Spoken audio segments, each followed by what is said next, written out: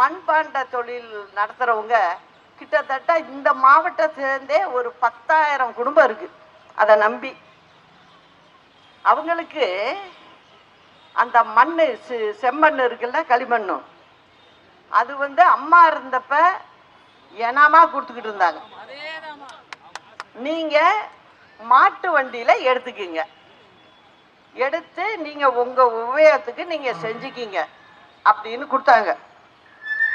ஆனா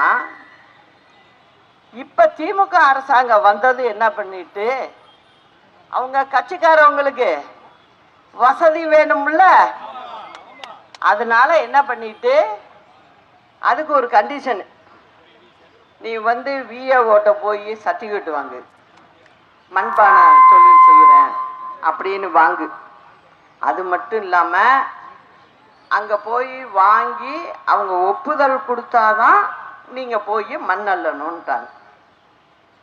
இப்ப அவங்க போய் கேட்டா அங்க உள்ள அந்த ஏரியால உள்ள கவுன்சிலர்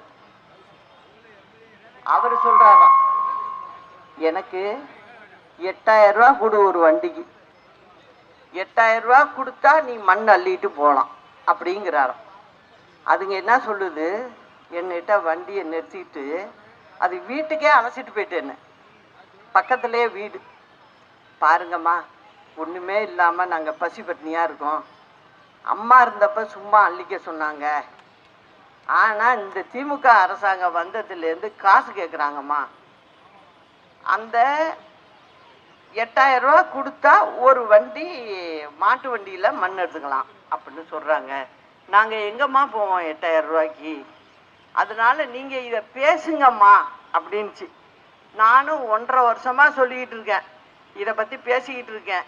ஆனால் இந்த அரசாங்கம் எடுத்ததா தெரியலை.